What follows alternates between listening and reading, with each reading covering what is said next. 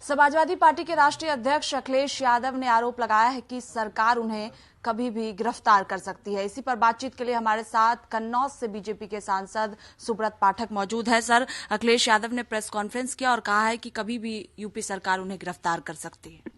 नहीं, ऐसा वो क्या कर रहे हैं जो उन्हें यूपी सरकार गिरफ्तार कर रही है? तो इसके मतलब वो कहीं कुछ गलत गतिविधियों में लिप्त हैं। अगर ऐसा है तो ही तो उनको डर हो रहा है।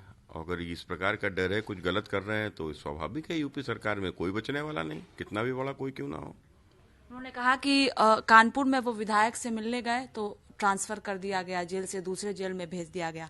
सारस पक्षी से मिलने गए तो उसे भी वन विभाग लेकर चली गई। ऐसे में वो आरोप लगा रहे हैं कि उन्हें यूपी सरकार गिरफ्तार कर सकती है। चूंकि आजम खान समाजवादी पार्टी के नेता हैं तो सरकार उन्हें परेशान कर रही है।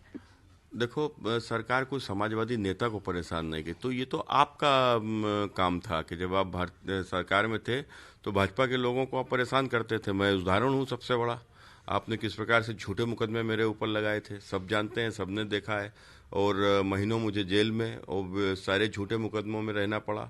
तो कुल मिलाकर ये इनकी एक आदत है और अनर्गल प्रलाप करने की कि आज भारतीय जनता पार्टी की सरकार में आजम खान क्या कोई भले आदमी थे क्या?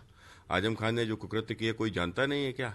और किस प्रकार से सत्ता के रसूख पर आजम खान किस प्रकार से लोगों को अपमानित करता था, गरीबों की जमीनों पर भी कब्जा कर लेता था, किस प्रकार से वहां को इंडस्ट्रियों को पलायन करने के लिए मजबूर कर दिया था। तो कुल मिलाकर ये किसी से छुपा हुआ नहीं है। और रही बात सारस की, तो सारस एक प्रादेशिक पक्षी है, उसको कोई बंधक बना के नहीं रख सकता। और अखिलेश जी ने जिस कानपुर में जिसकी बात कर रहे हैं, जिस विधायक की, उस विधायक को वो उनके ही स्वजात की कोई मुस्लिम महिला ने ही उनके ऊपर आरोप लगाया था कि उसने उनके जबरदस्ती उसके जमीन पर कब्जा किया हुआ है, आग लगा दी उसकी झोपड़ी में। तो कोई उत्तर प्रदेश में भाजपा की सरकार में कोई गरीब की झोपड़ी में आग लगा देगा? और जबकि गरीबों ने भाजपा की सरकार बनवाई है।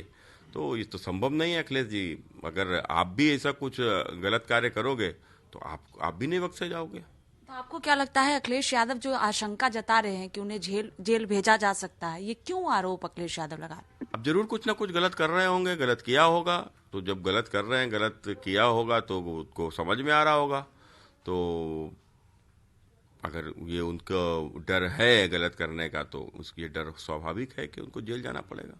इससे हटकर एक सवाल है कि आज नवरात्रि की शुरुआत हुई है, हिंदू नववर्ष है, और सदनों की कार्रवाई जिस तरह से आज छुट्टी दी गई है, आरोप समाजवादी पार्टी के लोकसभा सांसद एसटी हसन लगा रहे हैं कि सिर्फ एक धर्म विशेष के लिए सरकार कर रही है। क्यों नहीं रमजान की शुरुआत कल से हो रही है तो छुट्टी दी गई है सदन में?